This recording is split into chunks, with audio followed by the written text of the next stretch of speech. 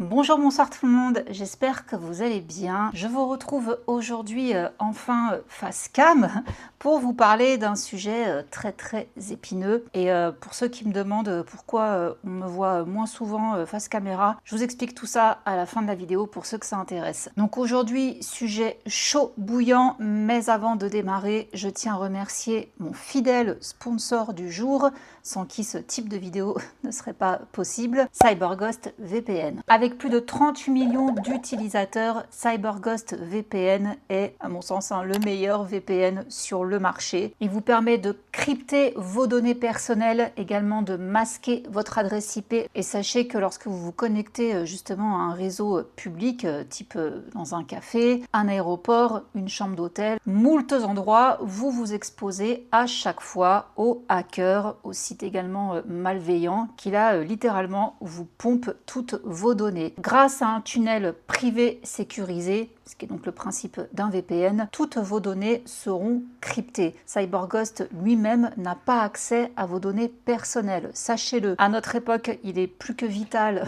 de protéger ces données lorsque vous allez sur un ordinateur de grâce. Donc protégez-vous.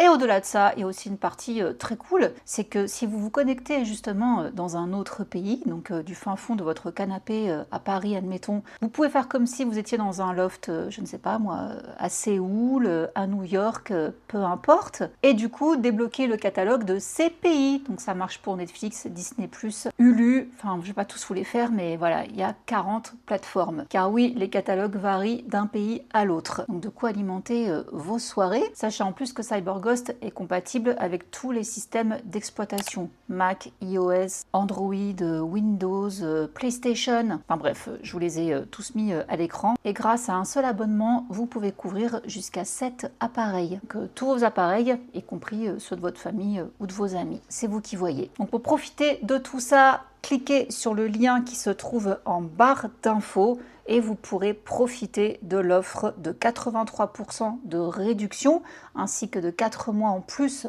offerts. Si vous avez le moindre souci, vous avez une assistance en français disponible 24 heures sur 24 et vous avez en plus 45 jours satisfaits ou remboursés pour tester CyberGhost. N'hésitez pas, merci encore CyberGhost et c'est parti avec le sujet du jour. Alors pour aujourd'hui, j'ai décidé que j'allais pas faire de montage, je trouvais qu'il était plus sage pour le coup et aussi plus intéressant de vous mettre les articles à l'écran que je vais vous lire, car au début j'ai commencé à réunir pas mal de sources et en fait je suis tombée sur un site qui vraiment a fait un travail d'investigation remarquable. J'ai été vérifier ce qu'ils disaient justement et oui, ça concordait avec toutes les autres sources que j'avais trouvées, mais eux l'expliquent très bien, ils ont vraiment bien condensé. Du coup voilà, on va les lire ensemble, je vous les ai traduits, ils sont en anglais. Il y a d'autres articles aussi en français, donc au moins comme ça vous aurez les sources directement à l'écran. Quand je vous disais que Jay-Z, il fallait s'en méfier, j'ai fait une vidéo sur Jay-Z il y a quelques temps. Certains me sont tombés dessus dans les commentaires parce qu'apparemment faut pas toucher à Jay-Z. Moi perso je m'en fous. Je vous ai dit qu'il était bizarre. Foxy Brown, Beyoncé, etc.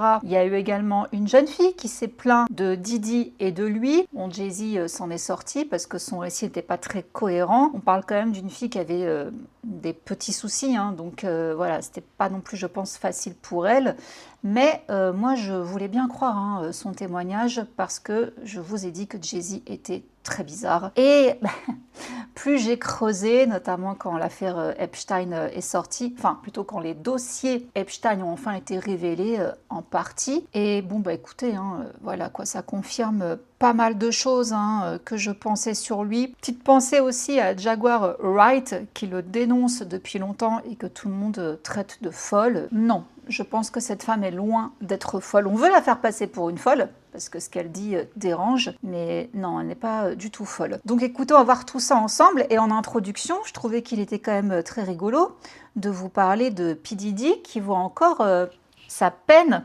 réduite. Est-ce qu'on est étonné? Ben non. Bon, j'ai pas été chercher loin, c'est dans Voici. Alors qu'il espérait obtenir une grâce présidentielle de Donald Trump, Sean Combs va finalement devoir compter sur une autre bonne nouvelle. Le fondateur de Bad Boy Records vient en effet de voir sa date de sortie de prison à nouveau avancée, une décision qui réduit encore un peu plus le temps qui lui reste à purger derrière les barreaux. Selon les informations du Bureau fédéral des prisons, l'ancienne grosse pointure du hip-hop devrait désormais quitter son établissement pénitentiaire dans le New Jersey le 23 février 2028, une échéance plus favorable que les précédentes estimations, alors que sa peine avait un temps été prolongée jusqu'en juin 2028. Donc cette nouvelle réduction intervient alors qu'une décision concernant son appel accéléré est toujours attendue. Donc ça pourrait peut-être encore diminuer. Ces derniers mois, sa date de libération n'a cessé d'être réajustée, d'abord fixée au 23 avril 2028, puis au 15 avril. Elle a finalement été avancée de plusieurs semaines supplémentaires. Les autorités pénitentiaires n'ont fourni aucun détail précis sur cette décision. Elles ont simplement rappelé que la bonne conduite d'un détenu pouvait entraîner une réduction de peine. D'accord? Donc depuis son incarcération, Sean Combs aurait suivi un programme de réhabilitation. Malgré les nombreuses procédures civiles engagées contre lui à travers les États-Unis, il continue de nier l'ensemble des accusations. Il attend désormais la décision du procureur du comté de Los Angeles concernant d'éventuelles poursuites liées à des signalements déposés par le producteur Jonathan Hay. Ces accusations portent sur des faits présumés d'agression S et de violence qui auraient été signalés auprès de la police de Los Angeles ainsi que du bureau du shérif, sans compter toutes les autres plaintes qu'il a aux fesses. Ça aussi, il faut pas non plus les oublier. L'avocat Busby, il a près d'une centaine en fait de plaintes contre Diddy, enfin plus d'une centaine. Mais je pense qu'après examen, tout ça, ça va peut-être être réduit. Donc si le procureur Nathan Hochman décidait d'engager des poursuites criminelles, Sean Combs pourrait risquer plusieurs années supplémentaires de détention en Californie en cas de condamnation. C'est tout ce qu'on lui souhaite. En revanche, si les faits étaient requalifiés en simple délit, la peine maximale encourue serait limitée à 6 mois de prison, ainsi qu'à de lourdes amendes. La menace de nouvelles procédures sur la côte ouest pourrait donc bouleverser ses plans de liberté. Et sachez que dans la foulée également, on avait la chanteuse Dawn Richard qui avait porté plainte contre Diddy.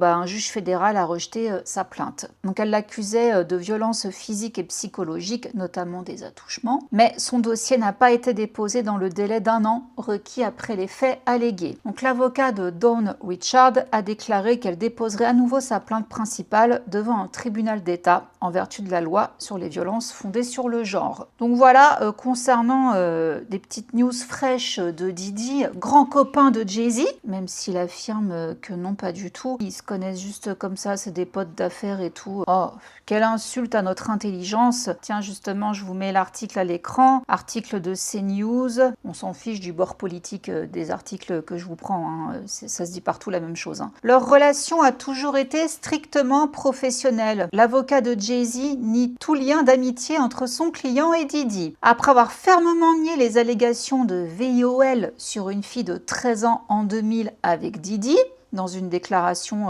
la semaine dernière. L'article il date du 17 décembre 2024. Jay-Z, de son vrai nom Sean Corey Carter, est monté au créneau en organisant une conférence de presse au sein de son label Roc Nation à New York, le 16 décembre. Monsieur Carter n'a rien à voir avec l'affaire concernant Monsieur Combs, ni avec Monsieur Combs lui-même. Leur relation a toujours été strictement professionnelle, a déclaré l'avocat du rappeur Alex Spiro au journaliste. Alex Spiro, ah là là là là, tellement de choses à dire sur lui aussi. Comme dans toutes les professions, il arrive que les gens se croisent. Lors des cérémonies musicales, ils se soutiennent mutuellement. C'est pareil lors d'événements comme le match des étoiles de la NBA. Cela fait partie du fonctionnement de toute industrie, mais il n'y a pas de lien plus étroit entre eux, contrairement à ce que certains insinuent. Ce sont des fictions. Alors, moi je veux bien qu'effectivement, tout ce beau monde-là, tout le gratin hollywoodien, tout ça, ça se croise, etc. Moi la première, je vous ai dit que justement dans les soirées blanches, les white parties de Diddy, les photos qu'on a vues, fallait pas les prendre comme une preuve de complicité de tous ces gens-là avec Diddy. Ils sont juste invités et comme Diddy, voilà, c'est une pointure, toutes les célébrités sont là, ils y vont. Ça veut pas dire qu'ils ont participé à tout. Là-dessus, je suis d'accord, mais on sait que Diddy et Jay-Z, voilà quoi. Donc là, on nous prend vraiment pour des jambons. Bon, c'est pas la peine de continuer l'article, là, on comprend qu'il nous enfume. Donc on va rentrer dans ce qui nous intéresse aujourd'hui. Déjà, on va aller voir un petit peu les saletés que traîne Jay-Z au-delà de l'affaire Epstein. Et là, je vous prends un article qui date de septembre 2025 où justement on parle du fait que Jay-Z, il trempe dans la criminalité, hein. Déjà lui tout seul, hein, à travers du blanchiment d'argent. Pour ceux qui ne savent pas également, c'est un grand amateur de casino. Il aime beaucoup jouer. D'ailleurs, le bruit court, attention, ce ne sont que des rumeurs, hein, que lui et Beyoncé seraient un petit peu short niveau sous-sous en ce moment. Pour ça d'ailleurs qu'il nous a sorti une tournée, que Beyoncé nous sort un titre surprise comme ça, qui font aussi travailler leur fille, hein, Blue Ivy, maintenant qu'il les rejoint de plus en plus. Bon, ce serait pour renflouer les caisses, parce que, toujours selon des rumeurs, Jay-Z aurait perdu gros au casino, poker, bref, dans des jeux d'argent. Et ça expliquerait aussi peut-être pourquoi, au fil des ans, là, ces dernières années, il a vendu pas mal de ses sociétés. Bon, ce ne sont que des rumeurs, hein. Donc, que nous raconte cet article qui, pareil, hein, comme je vous disais tout à l'heure, condense pas mal d'infos. Par rapport à ces petites magouilles au Jay-Z, donc je vous le traduis, le projet de Roc Nation Jay-Z et du Caesars Casino suscite l'examen des autorités face à de graves allégations. L'ambitieux projet de casino Caesars Palace à Times Square, soutenu par Roc Nation, l'entreprise de Jay-Z, fait l'objet d'un examen minutieux à la suite de graves accusations d'activités criminelles visant la société. Des voix critiques remettent en question la pertinence du partenariat entre Caesars Entertainment et une entreprise désormais associée à des allégations de blanchiment d'argent, de racket et de trafic d'êtres humains. Bon, là donc on rigole beaucoup moins. Des procédures judiciaires récentes ont mis en lumière des accusations préoccupantes à l'encontre de Roc Nation, notamment une plainte déposée par Terence Dixon qui allègue que l'entreprise s'est livrée à des pratiques criminelles systématiques. La plainte détaille des accusations de blanchiment d'argent et de racket,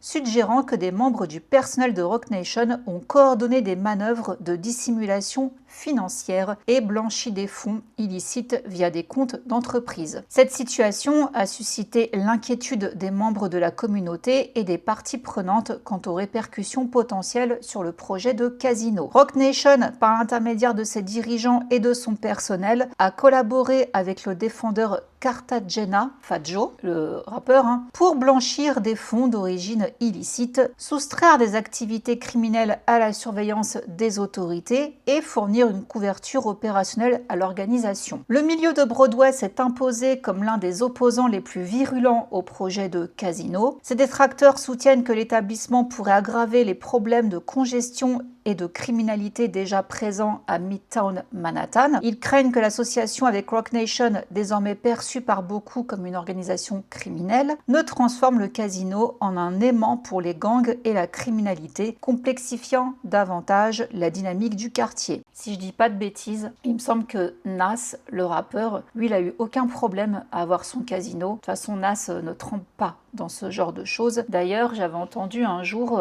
dans une interview, c'était genre au téléphone, où balançait quelques petits trucs sur Jay-Z. Les partisans font valoir que le projet créerait des emplois et stimulerait le tourisme, renforçant ainsi le statut de Times Square en tant que pôle mondial du divertissement. Oui, mais à quel prix, Coco Bref, toutefois, les opposants, notamment des figures de Broadway, avertissent qu'un casino affilié à Roc Nation pourrait nuire au caractère du quartier et entraîner une hausse de la criminalité. Loin d'être un pôle mondial du divertissement, le casino servirait plutôt de façade pour le trafic d'êtres humains et le blanchiment d'argent, affirme-t-il. La prochaine audience publique prévue pour le mois prochain sera déterminante. Un comité consultatif composé de 6 membres devra voter pour décider de la poursuite ou non du projet. Spoiler alerte, ça n'a pas été accepté. Voilà, et ça conclut là-dessus sur donc l'incertitude du projet. Bon, de toute façon, comme je vous dis, ça n'a pas eu lieu. Ensuite, on a un autre article assez intéressant où là, voilà, on va parler donc d'Epstein, de Jeffrey. Alors, pour ceux qui sont au courant, beaucoup de noms sont ressortis donc dans les dossiers qui ont été rendus publics il y a quelques mois. Pour autant, c'est pas parce que des noms sont sortis dans les emails d'Epstein, de Jeffrey, je veux dire, parce que je crois que le grand patron n'aime pas trop que je dise trop le nom Epstein. On va être safe. Donc c'est pas parce que certains noms sont ressortis dans les emails de Jeffrey que pour autant, pareil, ces gens-là, tout comme les soirées de Didi, c'est pas pour autant que ces personnes-là donc sont, on va dire, des criminels ou des pédos, voilà quoi. Jeffrey voulait vraiment étendre son pouvoir sur tellement de domaines et sur tellement de personnes que forcément, il a pris contact avec tout le monde. Après, voilà, certains sont rentrés dans son cercle dégueulasse, d'autres en sont restés éloignés, plus ou moins, parce que Jeffrey ne lâche pas l'affaire facilement. Mais voilà, donc c'était juste quand même pour replacer certaines petites choses. Ce qui compte, c'est vraiment, on va dire, les connexions annexes, parce que qu'on soit affilié à Jeffrey, c'est une chose, mais quand on est affilié à plein d'autres personnes très proches de Jeffrey, là, ça devient plus problématique. Et donc, Jay-Z s'est retrouvé dans la sauce. Donc, je vous lis l'article qui est sorti le 5 mars 2026. Le Congrès s'en prend à Jay-Z. La représentante Mace, je pense que c'est comme ça que son nom se prononce, exige un témoignage alors que l'étau se resserre autour de l'affaire Jeffrey. Le 4 mars 2026, la représentante Nancy Mace, républicaine de Caroline du Sud, a publiquement demandé que Sean, Jay-Z Carter, témoigne devant la commission de surveillance de la Chambre des représentants après que son nom est apparu dans des documents fédéraux récemment examinés et liés à l'enquête sur Jeffrey Epstein. Là encore, je vous demanderai de ne pas faire attention au parti politique de cette femme parce que ce qu'il faut comprendre dans cette affaire, il faut en être conscient, c'est que la politique n'existe pas là-dedans. Si vous regardez bien, je vous mettrai une photo à l'écran, Jay-Z, soi-disant démocrate, avec qui il est en train de manger là, avec la fille de Donald Trump. Voilà. Donc tous ceux qui trempent dans les cercles immondes, etc., c'est aussi bien démocrates que républicains. Voilà, tous les partis sont trempés dedans. Donc voilà, peu importe qu'elle soit républicaine, démocrate ou j'en sais rien, c'est pas important pour ce qui se passe. Dans une publication sur X, Madame Mace a écrit que la commission doit faire comparaître d'autres personnes pour approfondir l'enquête Jeffrey et a inclus le nom de Carter sur sa liste. Le média Rolling Out a rapporté que Madame Mace a laissé entendre que des assignations à comparaître pourraient suivre si les éléments de preuve le justifiaient. Cette demande marque un moment inédit. Une élue du Congrès désigne publiquement l'une des figures les plus controversées du monde du spectacle américain et exige qu'il rende des comptes dans le cadre d'une enquête fédérale qui a déjà redéfini la notion de responsabilité au sein des élites. Le nom de Carter donc figure dans un rapport de signalement d'urgence du FBI rendu public par le ministère de la Justice.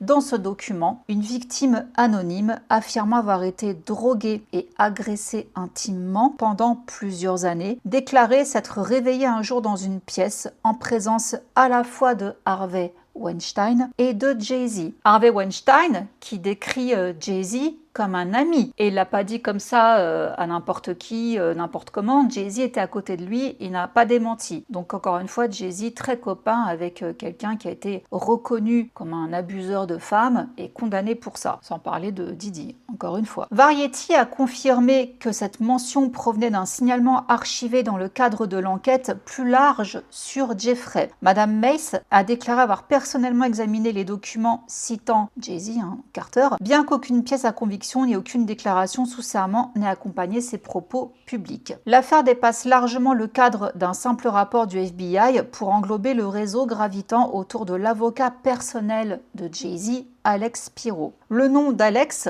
Spiro apparaît à maintes reprises dans les communications de Jeffrey. Le dossier EFTA du ministère de la Justice le qualifie de tueur de sang-froid, Stone Cold Killer. D'autres messages de Jeffrey datant de janvier 2019 évoquent Spiro dans le contexte de la défense d'Harvey Weinstein aux côtés de l'avocat Benjamin Brafman, lequel a également représenté Sean Diddy Combs pendant des décennies. Le 1er avril 2019, Jeffrey a envoyé un email à Catherine Rumler, ancienne conseillère juridique de la Maison-Blanche, qui a démissionné de Goldman Sachs en février 2026 en raison de ses propres liens avec l'affaire Jeffrey, pour lui demander s'il devait engager Alex Spiro. 3 jours plus tard, Jeffrey confirmait une rencontre avec Alex Spiro et Bannon, faisant référence à Steve Bannon, l'ancien stratège de Trump, qui avait recommandé Alex Spiro à Jeffrey. Aujourd'hui, Alex Spiro est l'avocat personnel de Jay-Z et le conseil de Roc Nation. Il a bataillé ferme pour faire rejeter une plainte au civil accusant Jay-Z et Diddy d'avoir agressé intimement une adolescente de 13 ans lors d'une soirée organisée par MTV en 2000. La fameuse affaire dont je vous ai déjà parlé, j'en avais même fait une vidéo. Le parallèle avec Diddy donc. La vulnérabilité de Jay-Z est indissociable de la chute de son associé de longue date, Sean Diddy Combs, désormais condamné par la justice fédérale à une peine de 50 mois de prison pour transport de personnes à des fins de prostituées. T'as compris. Au fil des décennies, les deux hommes ont bâti des empires étroitement liés, partageant événements, réseaux d'affaires et équipes juridiques. Depuis l'arrestation de Diddy en 2024, la question centrale est de savoir jusqu'où s'étendait ce réseau. Alex Spiro a été accusé de s'en prendre aux lanceurs d'alerte et d'utiliser des poursuites judiciaires pour réduire au silence quiconque établirait un lien entre les agissements présumés des deux hommes. Alors effectivement, c'était assez troublant cette histoire-là. L'affaire du russe Umar, ça va être compliqué. Zabrailov, je pense que je prononce très mal, il y a de fortes chances, mais désolé, j'y connais rien du tout au russe. Le 2 mars 2026, cet homme d'affaires, donc Umar, on va l'appeler, a été retrouvé mort à Moscou, une blessure par balle à la tête. Sa mort a été classée comme un otage de vie, une conclusion contestée par sa fille. Umar faisait le lien entre différents mondes, il fréquentait aussi bien Jay-Z que Diddy à Cannes et entretenait une relation intime avec Ghislaine Maxwell, qualifiant la complice de Jeffrey, condamnée par la justice au passage, d'âme sœur. Son nom est apparu dans la dernière publication du ministère de la Justice quelques semaines avant sa mort. On va en reparler de ce bonhomme. Malgré tout cela, Jay-Z continue d'exercer une influence culturelle considérable. Depuis 2019, Roc Nation pilote le spectacle de la mi-temps du Super Bowl, l'événement de divertissement le plus regardé aux États-Unis, et le commissaire de la NFL, Roger Goodell, a publiquement admis ne pas remettre en question les choix de Jay-Z. Un tel pouvoir institutionnel, détenu par un homme désormais cité dans des documents fédéraux liés à l'affaire Jeffrey et visé par des demandes d'audition au Congrès,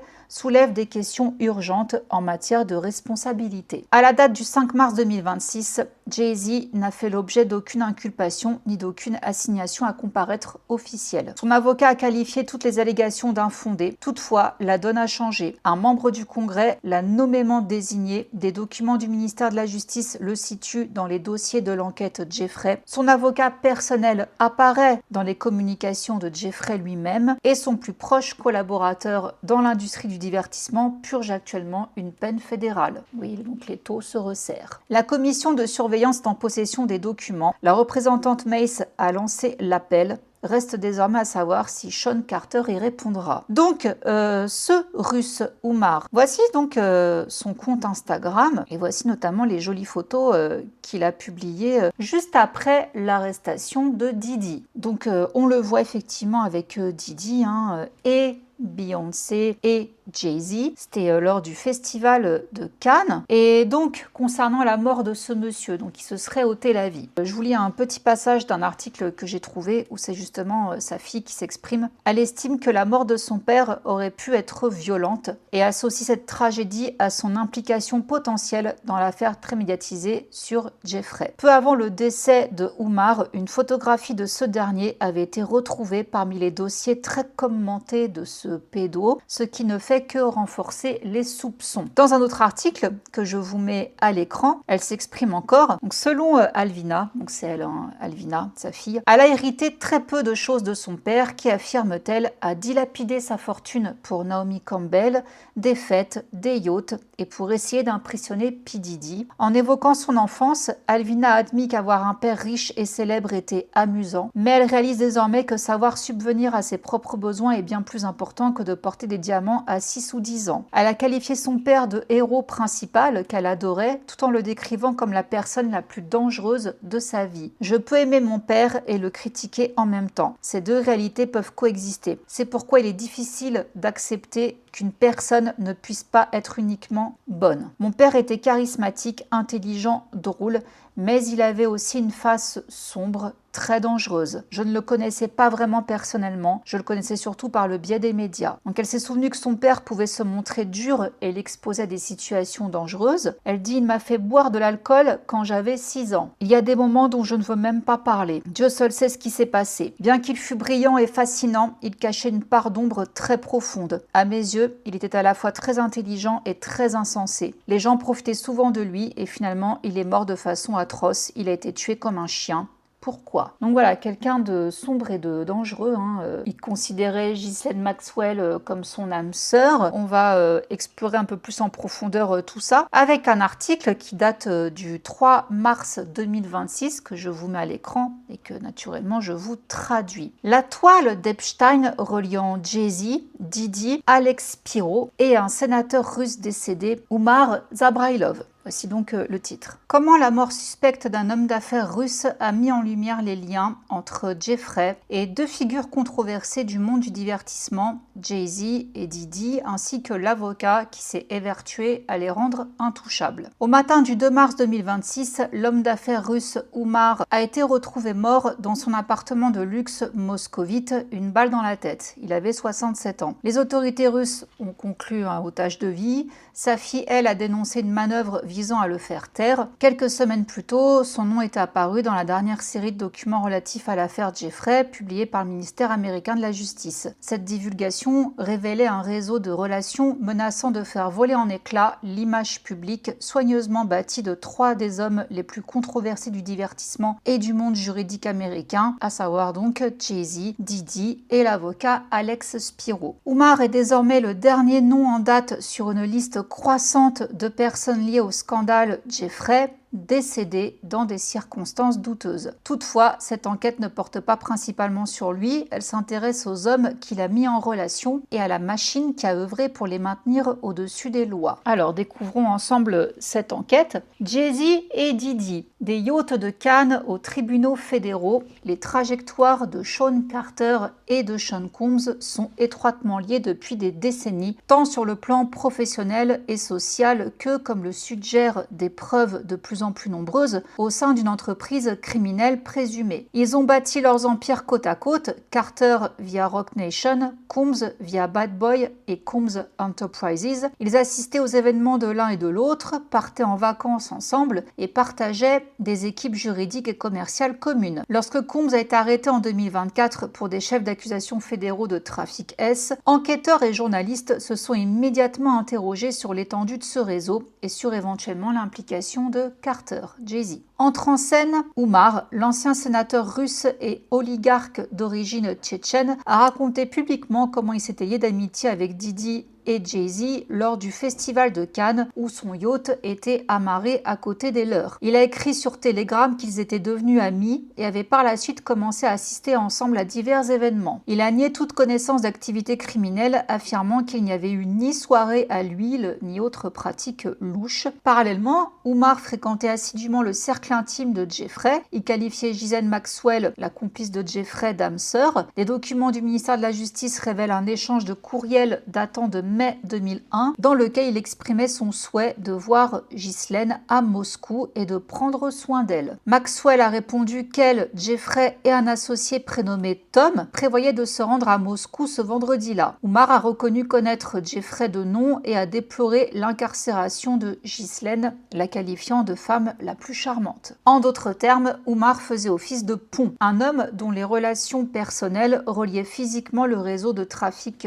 Jeffrey-Ghislaine à la sphère du divertissement. Ce pont est désormais détruit. Reste à savoir qui profite de sa destruction. Alex Spiro, donc le tueur de sang-froid dans les dossiers Jeffrey. Aucune figure n'incarne plus précisément la machinerie juridique reliant ces différents mondes qu'Alex Spiro. Il est l'avocat personnel de Jay-Z, le conseil de Roc Nation. Son nom apparaît à maintes reprises dans les communications personnelles de Jeffrey lui-même. Dans une autre conversation datée du 20 janvier 2019, Jeffrey écrivait lui-même « Oui, Alex Spiro et Burke ont tous deux travaillé avec Ben et disent qu'Harvey n'arrive pas à accepter le fait qu'il va prendre 20 ans de prison. » Alors apparemment ce Ben désigne Benjamin Brafman, l'avocat de la défense qui a représenté donc Diddy pendant des décennies et qui était à l'époque l'avocat principal d'Harvey Weinstein. Burke fait référence à William A. Burke du cabinet Queen Emanuel. Alex Spiro travaillait alors sous la direction de Braffman à la défense de Harvey aux côtés de Lisa Bloom. Dans ce même fil de discussion, Jeffrey écrivait également « N'oublie pas que l'âge n'est qu'un chiffre. Ton comportement correspond plutôt à celui d'une personne de 16 ans. » D'autres documents révèlent que le 1er avril 2019, Jeffrey a envoyé un email à Catherine Rumler,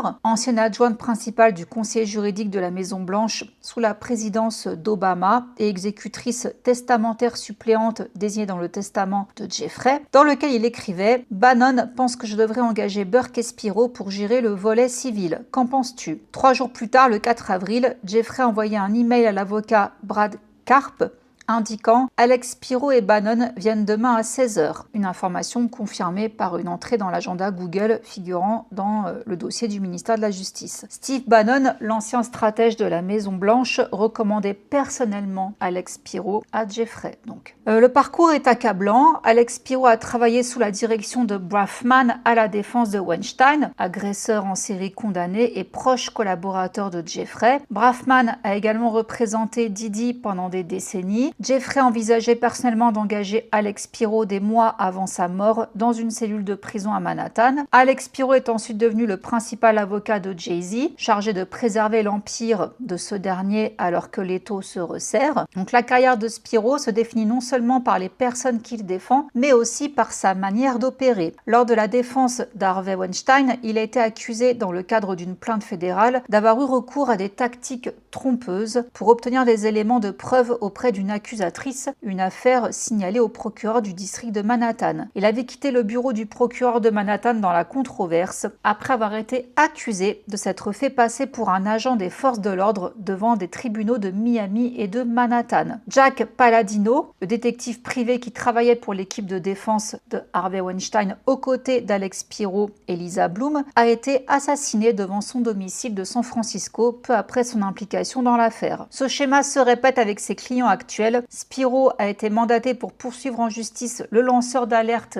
Ray J, au nom de Kris Jenner et Kim Kardashian, après que ce dernier a publiquement évoqué un trafic d'êtres humains impliquant la famille Kardashian. Ça aussi, c'est un truc qui circule depuis longtemps. Je vous avais même d'ailleurs fait une vidéo sur l'église de la honte de Kris Jenner, et je vous avais évoqué, il me semble, ou alors je l'avais pas mis au script finalement, que Kris elle était un petit peu soupçonnée d'avoir poussé ses filles, notamment Kim, Kylie et Kendall, à être des yacht girls. Je renvoie ma vidéo sur les yachts, l'histoire des yacht girls, yacht boys, etc. C'est du trafic d'humains, de ses filles en l'occurrence. Donc oui, c'est pas une rumeur inconnue concernant les Kardashians. Et Reggie, c'est le tristement célèbre du petit film intime avec Kim Kardashian. Mais pas que, c'est quand même aussi un chanteur, voilà. Donc les allégations de Reggie ont attiré l'attention sur Corey Gamble, le compagnon de longue date de Kris Jenner. Ce dernier a été photographié à de nombreuses reprises aux côtés de Jay-Z, que ce soit en sortant du jet privé de Carter, donc de Jay-Z, en circulant dans son véhicule ou en assistant à des réunions privées avec Carter et Jeff Bezos. D'anciens collaborateurs de Diddy ont établi un lien entre Gamble et la mort suspecte en 2018 de Kim Porter, la compagne de longue date de Diddy. Je vous ai fait une vidéo entière sur Kim Porter également. Je vous y renvoie. Soi-disant décédé d'une pneumonie. Kanye West, malgré tout ce qu'on peut dire sur lui, a également accusé publiquement la famille Kardashian d'être impliquée dans un trafic à des fins d'exploitation S. Parallèlement, Roc Nation, l'empire du divertissement de Jay-Z, Carter, dont Alex Spiro assure la défense juridique, fait face à une plainte alléguant que la société sert de vecteur au blanchiment d'argent, au racket et à une entreprise criminelle organisée relevant de la loi RICO, l'article que je vous ai lu tout à l'heure. Donc on va sauter ce passage, on ne va pas revenir dessus. Le fil conducteur est constant. Partout où des accusations surgissent à l'encontre de Jay-Z, de Combs, Diddy ou de leurs associés, Alex Spiro entre en scène, non pas pour répondre aux questions, mais pour réduire au silence ce qui les pose. Le fait que les documents relatifs à l'affaire Jeffrey placent désormais Alex Spiro au cœur même du réseau Jeffrey, son nom étant cité et recommandé dans les messages personnels du trafiquant S, transforme cet avocat. Il ne se contente plus d'assurer une défense, il apparaît comme un participant potentiel à une infrastructure commune destinée à protéger des prédateurs en série. Ce qui nous ramène à Moscou et à Oumar. Ce n'était pas un homme innocent. En 1996, son partenaire commercial américain Paul Tatum a été abattu de 11 balles de Kalachnikov dans un passage souterrain du métro de Moscou après avoir publiquement accusé Oumar de chantage et de lien avec la mafia. Personne n'a été inculpé. Oumar aurait déclaré « On récolte ce que l'on sème ». Je pense que ça veut tout dire. Il a aussitôt pris le contrôle total de leur entreprise commune, l'hôtel Radisson. En 2017, il a été arrêté pour avoir tiré au pistolet dans l'hôtel Four Seasons de Moscou. Il a tiré en l'air, dans un plafond. C'était un homme qui vivait en parfaite familiarité avec la violence. C'était aussi un gros toxicomane au passage. Mais c'était aussi un homme qui détenait des informations. Il connaissait Ghislaine Maxwell assez bien pour la qualifier d'âme sœur. Il connaissait Jeffrey assez bien pour que Ghislaine propose tout naturellement de l'inviter à Moscou. Il connaissait Jay-Z et Didi assez bien pour naviguer à leur côté en yacht à Cannes et assister à leur soirée. Son compte bancaire professionnel a été gelé 10 jours avant sa mort. Son nom venait d'apparaître dans des documents fédéraux et aujourd'hui il est mort.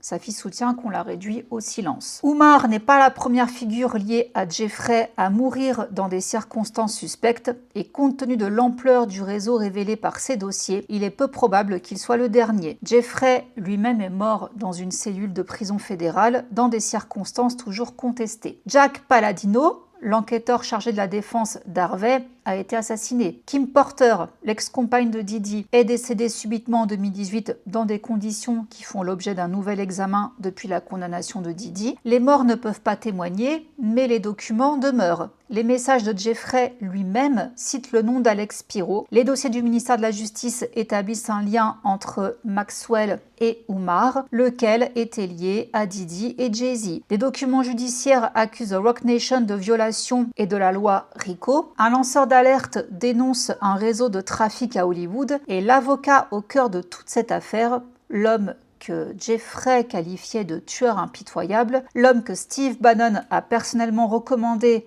un pédo, l'homme qui protège aujourd'hui Jay-Z d'une avalanche d'accusations n'a jamais été contraint de répondre à la moindre question sous serment à ce sujet. Le réseau est visible, le schéma est clair, la seule question qui subsiste est de savoir si la justice américaine suivra la piste des preuves ou si la machine fera une nouvelle victime parmi les témoins avant cela. Voilà donc pour aujourd'hui les articles que je voulais vous lire. Alors, j'espère quand même du coup que vous comprenez un peu mieux donc pourquoi je vous ai toujours dit que Jay-Z je ne le sentais pas, Didi pareil, et j'avais pas besoin des mails de Jeffrey pour vous dire déjà à l'époque avant que ça sorte que Jay-Z voilà quoi, ça sentait pas bon. On sent qu'il aime les jeunes filles et qu'il n'est pas clean, comme l'avait dit également Jaguar Wright dans l'interview qu'elle avait donnée avec j'ai encore un trou de mémoire avec le journaliste britannique là, Piers Morgan, je crois. Elle avait dénoncé publiquement Jay-Z.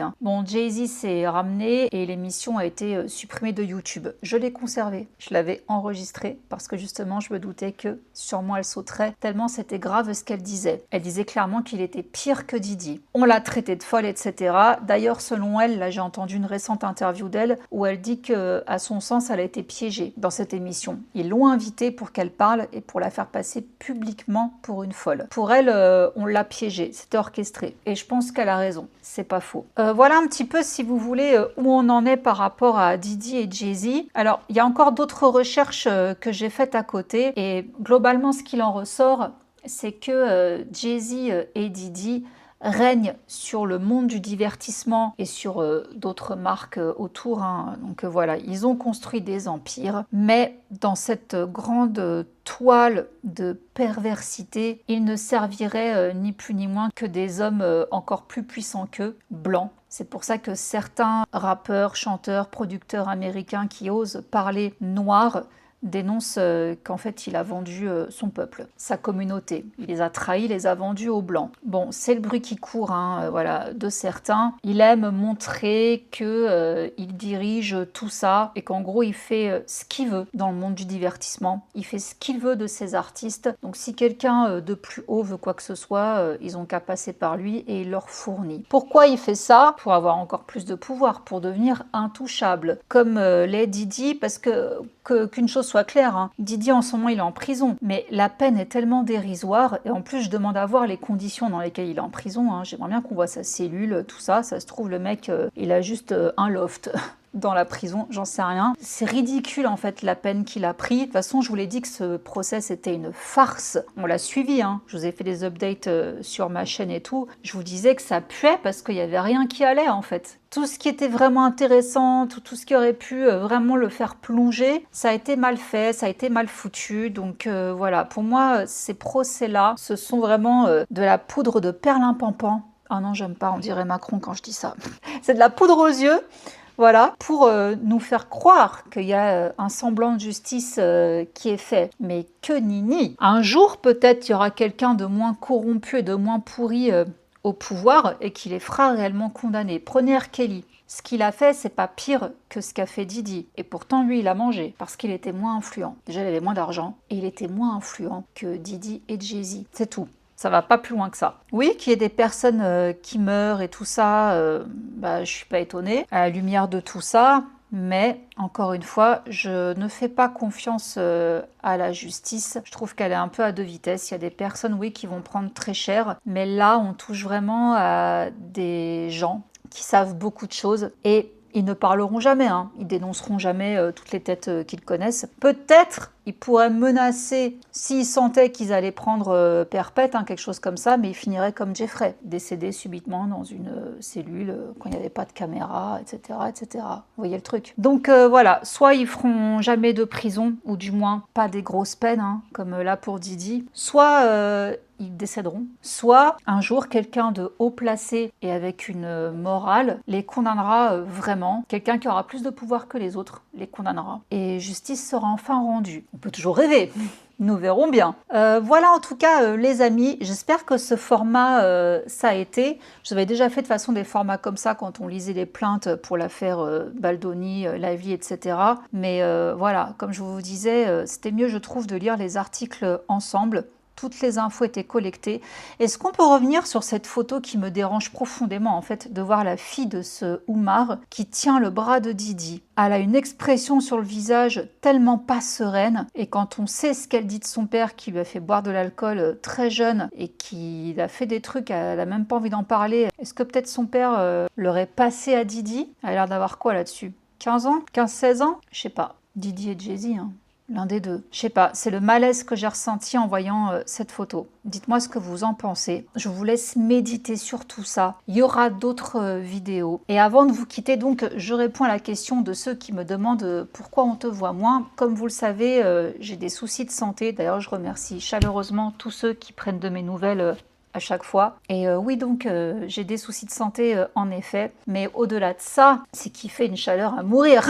Là aujourd'hui, il y a un peu d'air, donc j'en profite pour filmer face cam, mais sinon il fait trop chaud, je supporte même pas d'avoir cette robe-là par exemple, je la supporte pas, donc je suis toujours en nuisette, je m'habille que pour sortir, je me maquille pas parce que je dégouline de partout, il fait trop chaud en fait pour filmer, du coup j'attends le soir tard pour pouvoir faire ma voix off et j'avoue que je suis trop fatiguée pour me mettre bien pour filmer quoi. Donc voilà, c'est pour ça qu'en ce moment j'ai plus privilégié la voix off et comme je vous l'ai toujours dit de toute façon, pour moi ma chaîne n'a pas besoin de mon visage. J'ai toujours depuis le tout début de ma chaîne mis beaucoup plus d'illustrations que de moi face cam. Pour moi j'estime que c'est pas mon visage le plus important. Vous le verrez, attention hein. Mais voilà, je préfère vraiment travailler quand je suis bien. bien. Pour moi, ce qui compte avant tout, c'est la qualité des vidéos et voilà ce que j'ai à vous proposer, quoi. Mon visage, il est secondaire. Voilà les amis, donc je ne disparais pas, hein, mais c'est juste que voilà, c'est un format qui maintenant, on peut le dire, hein, est un peu alterné. Parfois je suis face cam, parfois je le suis pas. Voilà, bah écoutez, je vous laisse là, je vous fais plein de gros bisous. Je remercie encore CyberGhost d'avoir sponsorisé cette vidéo. N'oubliez pas que vous avez le lien en barre d'infos pour profiter des 83% de réduction, également des 4 mois en plus offerts. Protégez vos données et profitez également du contenu des autres pays. Je vous fais plein de gros bisous et je vous dis à très vite. Mouah. Ciao. Undercover on the beat, so twerk it, bitch.